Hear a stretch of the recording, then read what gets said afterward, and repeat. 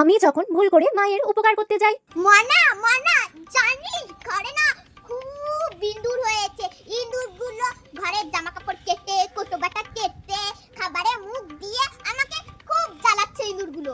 এই নে মনা বিস্কুটগুলো নিয়ে ইঁদুর মারা বিষ মিশিয়ে রান্নাঘরে গিয়ে রেখে দিয়ে আয়। ইঁদুরগুলো খেয়ে মরুক মরুক। আচ্ছা মা।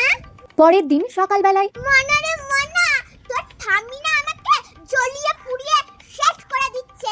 ওনার নাকি 2 মিনিট পর পরে গিলতে ইচ্ছে করছে। এই যে এই বিস্কুটগুলোই আপাতত ওনাকে দিয়ে আয়। এইগুলো গিলে এখন আমাকে তোর ঠাম্মি উদ্ধার করুক। এই না ধর ধর ধর। আচ্ছা মা। কিছুক্ষণ পর মা তুমি ওদেরকে ছেড়ে চলে গেলে শাশুড়ি মাকে শাশুড়ি মাকে কোথায় চলে গেল গো? মনা রে মনা, তোর ঠাকুমি আর নেই মা। জানি তো মা। মা তুই আগে থেকে কেটে চলে গেল গো। কেন চলে গেল? মনা তুই কিভাবে জানলি?